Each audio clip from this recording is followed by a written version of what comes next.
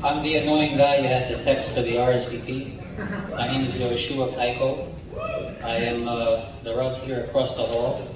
I should have said here in this beautiful big room. The way this event started, really the way we started to be inspired to make this event, every Tuesday night at 8:30, we have a shiur in the other room. We have a consistent crowd of 40 to 60, sometimes even more, guys that come every week. And we thought of, what are we going to do to inspire these guys before Pesach? What are we going to do to inspire the Chevra before Pesach? One of the things we were thinking of, maybe make another shiur. Maybe make another, bring a famous speaker to come and give a few words of chizuk, of divrei Torah. But then, a couple of the members of our board, we decided to do something that will really max out inspiration before Pesach. That's what we wanted to do. We have a big holiday coming, a big Chag. And this Chag is known as Pesach. A couple of weeks away. For those of you that know what Pesach is already, I'm not going to give you a whole spiel about it, but I want to bring a modern version of how we could look at Pesach today. And the Rambam foresaw this almost 1,000 years ago when he wrote this. And listen very closely to what the Rambam writes. The Rambam writes, in the time before Mashiach will come, Bnei Ishmael and Bnei Esav, who are both the inheritors of, not the inheritors, but are both the offspring of Avraham Avinu. They will both come and go to Israel and say, this land belongs to the offspring of Avraham. We are the offspring of Avraham. Are they not? Esav is the grandson of Avraham Avinu. Ishmael is the son of Avraham Avinu. And they will come in the days of Mashiach and say, this land belongs to us. The Rambam says there will be no answer to this question. This is in the Pirush to Mishnayot of the Rambam in Masechet Sanhedrin. He writes this. There will be no answer except one thing. Who keeps the Seder Pesach? Do the Ishmaelim keep Pesach today? Do the Bnei Esav keep Pesach today? All those that are kashur to the Chag of Pesach, it is the ultimate proof that you are a descendant of Avraham Avinu, and you were the one that was, Hashem spoke to Avraham and told him, Ki geri yezaracha be'eretz lo lahem, va'avadu ve'inu otam 400 shana. You will be slaves in the land. And this holiday, even the most fried Jew, or the most frum Jew, they keep Pesach. They keep something in Pesach. In my office, they make a joke. Some people, they call him, he's the Manischewitz Jew. They have something, matzah, wine, something for Pesach that they acknowledge. These are the people that in the future will be the ones to inherit the Olam Yerushu. Everyone asks me, and a lot of people ask me, if I could, I'm telling you, I'll show the list of the RSVPs. I had a question, why is Beryl coming? Beryl Solomon is not just a guy that looks like a taller version of me, because I got that 1,000 times tonight. But I want to explain to everybody why I decided to bring Beryl. I was very hurt that public companies, that yes, Jews shouldn't be subscribed to these companies, and Hollywood, they disgraced our name the last 5 years. Disgraced. They specifically went to find stories, one of a million stories, to desecrate our name, to put our name down. And besides the people watching it or hearing about it and saying, this is really horrible. I know, I'm in the workforce. I learn half a day and I work half a day. And a part of my half a day job is having to answer questions to people. Hey, is it true that Jews do this and Jews do that? And I have to answer these questions. And I'm thinking, where are they getting it from? And eventually I found out. And there were a lot of people, a lot of Jewish, from and non-from, Jews that were offended by what was portrayed by the media. It's not even considered media. It's called entertainment. I can't say the name because I don't want to get any charges, but it's called entertainment for the secular world to and the Gentiles to speak about us in a way that's degrading us, and our kids watch it and they should nod their heads and say this is part of entertainment. It's not entertainment. But as much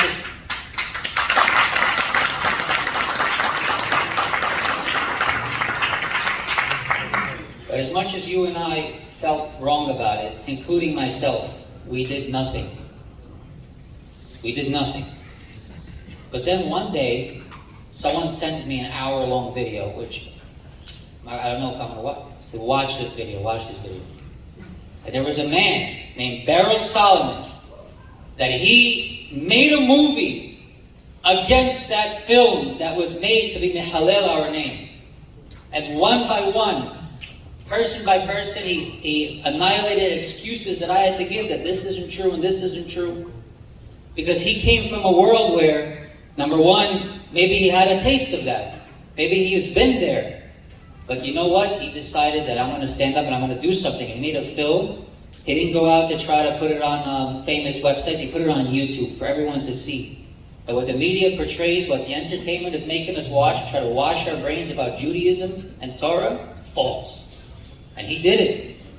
And that's why I tip my hat to him. We don't look Chabad, Ashkenaz, Sephardic, our shul every week. We have the most dispersed crowd you will find in Flatbush, Brooklyn, Queens, period, end of story. You will not find it anywhere else, that I guarantee you. We have a Kiddush after davening, everybody sits, nobody looks. I've been to shuls before, we have the Ashkenazi section over there, and you have the Sephardi section over here, and you have the other section, the miscellaneous. It's not supposed to be that way. If you want to see an example of Achdut, join one Shabbos. Come, we only have a Shabbos minyan. Come one Shabbos, you will see. You know, I had a Divrei Torah, but I have to listen to Nahari. Nahari, where is Nahari? Yechial, I have something prepared, but I'm excited for the show that you have for us tonight. I'm not going to say it, but what I will say is, I try to do one thing. I try to bring the best of the best in this room. We have the best Hazan right here in this room right now.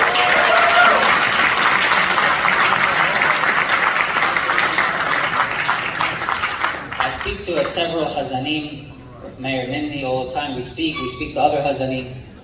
And sometimes I send them versions of songs that they're interested in. And they always say me, do you have this song where Yechial is singing it? Do you have this song where Nahari is singing it? I want to hear Nahari. And he has everything. He's an encyclopedia. He has the whole library for Nahari. But thank you very much for coming, Yechial. The event that we have planned in the future, remember my words, everybody here. The event that we have planned in the future will involve Yechial and much more. Will make this event look like child's play. Remember what I'm telling you. It's on camera. Okay? Number two, we had a big Slichot event here, about before Yom Kippur. At that time, there was a big question about where Brooklyn's going to stand. Where are we going? Who's going to speak for us? The past few weeks, I've seen, Motzei Shabbat, I turn on my phone around 9:30, 10 o'clock. I see a Jew get jumped by 6 people. Right? Everybody saw that? I'm not the only one, right? I hope I'm not a magnet to seeing things like that. And then weeks before that, days before that, and who do we speak to? Who are you going to tell that you don't feel safe? It's very hard for us to sit back and like I said, the reason why we call Beryl here is because Beryl chose the option of not doing nothing. So before I end my speech for tonight, I want to tell you that with us we have a guest of honor. Her name is Ina Vernikov. She is the city council.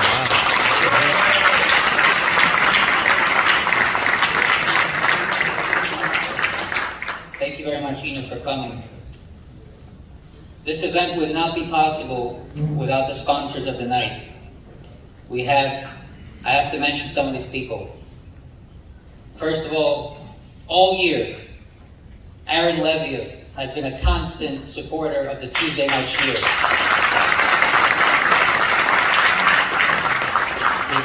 He's currently on a business trip. We wish him much hatzlacha. I'm not a rebbe, I don't give brachas, but Hashem knows in my heart what I really want for you. Hashem should be able to bless you. Amen. I also want to thank the Rafael Baba Isako family, aka Jagman. I'll tell you about Rafael, his wife Ruth, his kids Yitzchak, Sarah, David, and Amram. I also want to thank the Yusupo family. I just want to say, where's Yaakov? Yaakov, I gotta tell you, your son Moshe really helped me this time. I'm telling you, that everybody is helping me out big time. Your son Moshe is a man. Your wife Esther, thank you so much. Esther, Hashem should bless Ariela, Daniela, Talia, your kids with, they should have a successful future ahead of them, just like their parents. Thank you so much. I have to do this. Family politics. Digital Studios is my father-in-law. He sent his crew to record. Thank you so much. I appreciate it. We have Eddie Aminov, Rafael Niazov, who does the live streaming on my shears every week. Even though I say no, but he still does it. Thank you so much. My brother-in-law, Shalom Rachminov, also known as Alex, his wife Yafa, and his daughter Ayala. Thank you so much for your sponsorships and your support. I gotta tell you,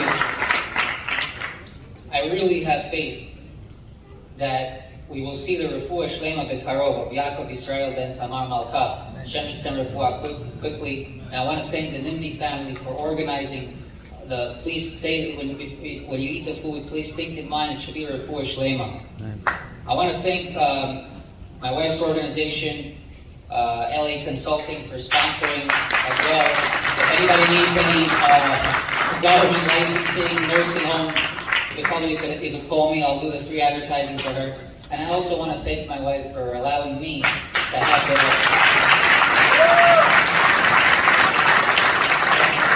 I'm telling you now, for her to be able to be patient and to give me the time to prepare for the shiur, to give time away from Shabbat, from the family, for the shul. Kol hakavod to her, and thank you very much for all your There are some anonymous sponsors that only Hashem sees. I'm respecting your wishes by not saying your name. Most of all, my brother Isaac, his wife Yelena, we have Hillel and Marty who help every week, the twins, everybody knows the twins, Yael, and the people that help me to advertise this event, by the way. There's a company called JCN Advertising. Her name is Serena Hain. Don't call anybody else. You hear that, Serena? You bug me about that. Serena Hain, contact her. She's going to help you out with all your needs. Now is a time where I would like to call up something that's very rarely done in an Orthodox shul, but it must be done for Hakarat Tov.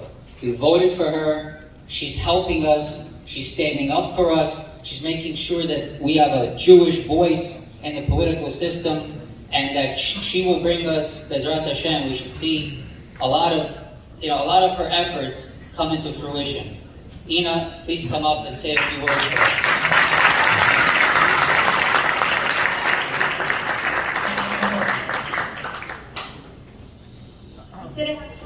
Who's gonna time me? Thank you so much, everyone. Thank you, Rabbi. Thanks for having me. It's really an honor for me to be here with you. Just a couple of words about the Kaikov family. I came to America from Ukraine in 1996. I went to yeshiva, and my family is not observant. It was not observant before, it's not observant now. And when I went to yeshiva, I started observing Shabbat. I lived actually a couple of blocks from here on M18, and I really had nowhere to go for Shabbat on Saturday. And I had a friend in school, her name is Janet, and she invited me one time for Shabbat meal, and I think I was pretty much going to her house every Saturday. Her family was extremely hospitable, her home was always open, and her last name is Kaikov, and she's the sister of Josh and Isaac Kaikov.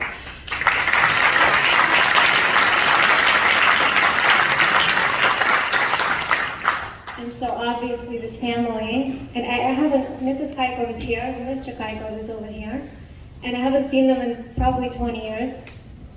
And so, but they obviously made a tremendous impact on me, and looking at this community now, I see the kind of impact they're having on all of you. And so I want to thank them and thank you all.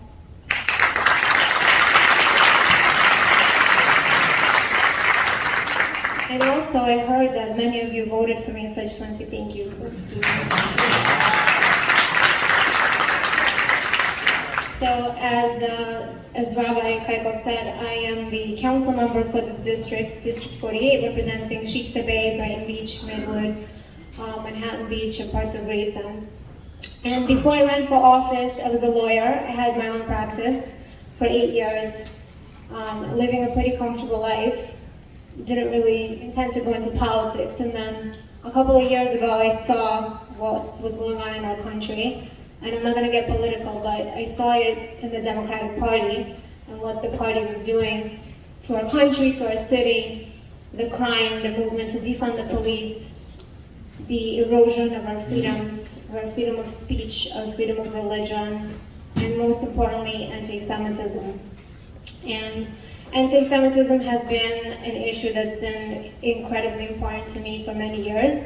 I've never been a victim of anti-Semitism, but our people, my people, rose from the ashes of the Holocaust and built lives for ourselves, and we know what it's like. And unfortunately, in 2022, we're seeing an incredible rise in anti-Semitism here in America, and I know most of you here, I think, escaped the former Soviet Union. We escaped anti-Semitism.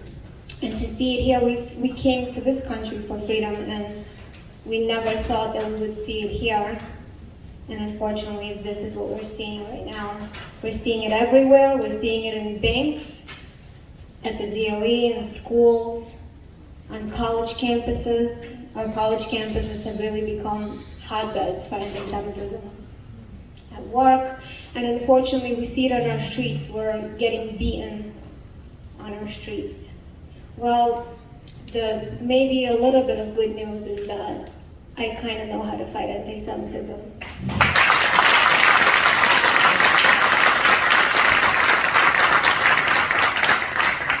I happen to have learned from the man I consider the best at doing this.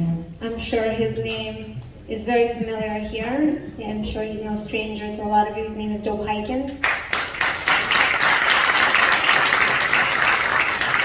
So I learned a lot from him. I learned how to not be afraid to speak up, to stand up, not to care what's popular, to say what needs to be said when it needs to be said.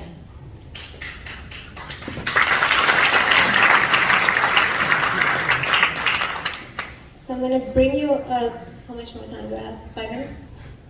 I'm going to bring you a couple of examples because I think they're really important. Last May, while Israel was experiencing Intifada, bombs were flying over our Jewish brothers and sisters. Here in America, of course, we saw some serious activism. So a friend of mine, someone I knew, is a teacher at a public school. She came to me and she said, my principal sent us an email asking all of us, teachers, all of the staffers, to rally, to start being active in the cause for Palestine, for the Palestinian movement, to support pro-Palestinian rallies, to attend rallies, and to ask the government officials to sanction the state of Israel. Now, there were about 5 teachers who saw this email, and to see something like this from a principal at their school, their boss essentially, while having family in Israel who are running for shelters, who have 10 to 15 seconds to run for shelter, is so incredibly disturbing, and these people just didn't know where to turn, and a lot of them didn't even want to say anything. And so she came to me, and because this issue is so important for me, the second she told me about it, that night I stayed up till 1 in the morning. I wrote a letter to the DOE Chancellor, Misha Porter, and in the morning I went to the press. The New York Post picked it up in the morning. By the afternoon, every single media outlet picked it up. By Saturday, so this was Thursday night, by Saturday, when I opened my phone after Shabbat, the DOE Chancellor issued a public statement saying that the principal has to apologize, and the principal immediately apologized.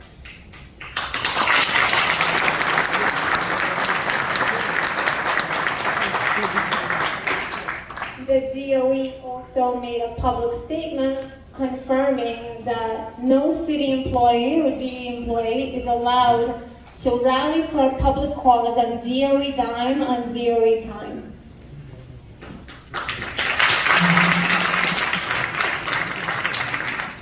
Why is this important? Because it sets a precedent. Putting things out in the public media is important. It sets a precedent for the future. Now, any teacher, I'm not saying this is never going to happen, but any teacher or DOE employee who wants to do this, who wants to rally for any political cause, is going to think twice before they do it.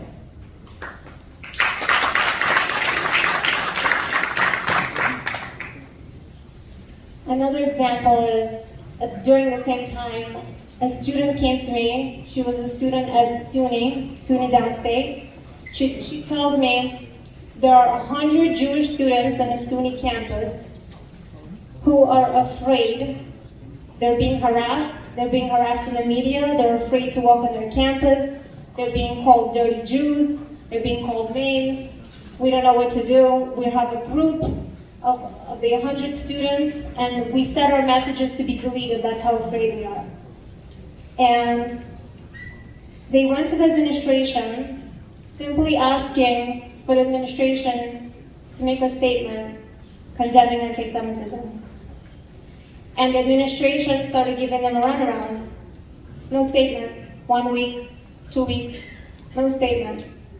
So my question is, why is it that when Black Lives Matter need to rally for their cause, the universities all, in one voice, support Black Lives Matter, loud and clear? Palestinian causes, our universities are loud and clear in supporting those. When there is Asian hate, they stand up, they make public statements.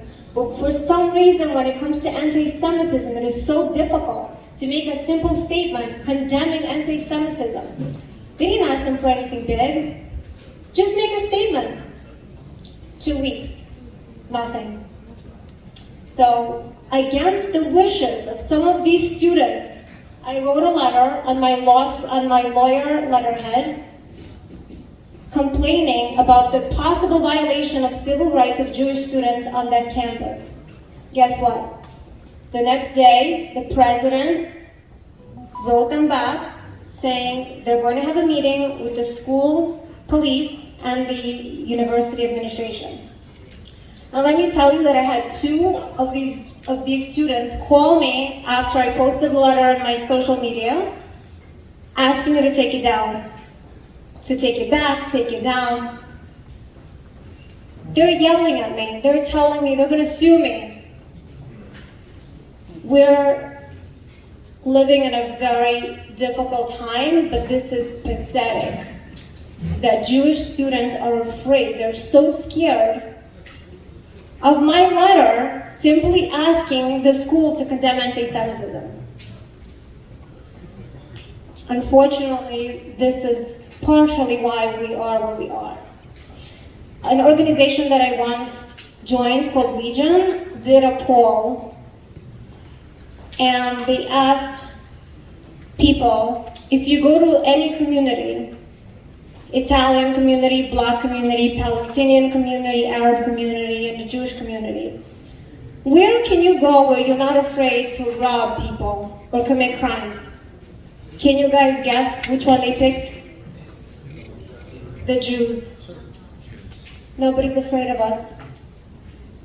Why is it that when Black people are assaulted or their civil rights are violated, the Black community is not afraid? They're not afraid to speak up.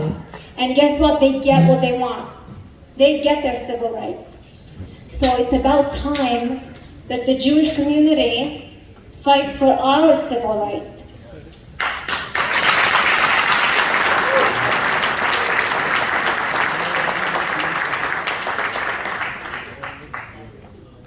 But to do that, we, number one, cannot be afraid to speak up. it's important to use the media, the power of the media, and it's important not to be afraid. And I'm here to tell you guys that you have in me someone who is not afraid. I'm not afraid to speak up for us, for our civil rights, because just like any other community, this is America still, for now, and we still have rights here. And just like everybody else, we're entitled to our equal civil rights. So I'm here for you guys. We have the resources. I have an office, it's on Avenue U, 2401 Avenue U. Rabbi can have the office number, he can give it out to you guys. We work with NYPD. I know every single captain at my precincts. We work with the showroom, NYPD showroom. I'm going to be holding a hearing on anti-Semitism on CUNY campuses in chambers in the city council. But the point is, I'm asking you all, since anti-Semitism is right now 300%, there's a 300% increase in anti-Semitism right now. And it's happening every day, and I know that many people don't say anything. We don't want to be victimized. But I'm asking you all not to stay silent. You can reach out to me. We have the power of the media, we have the power of social media, we have the press, and we have our leaders. We have Joe Hyken, we have Americans Against Anti-Semitism, we have many organizations who are willing to help, but most importantly, we should not be afraid to speak up and speak out. Thank you.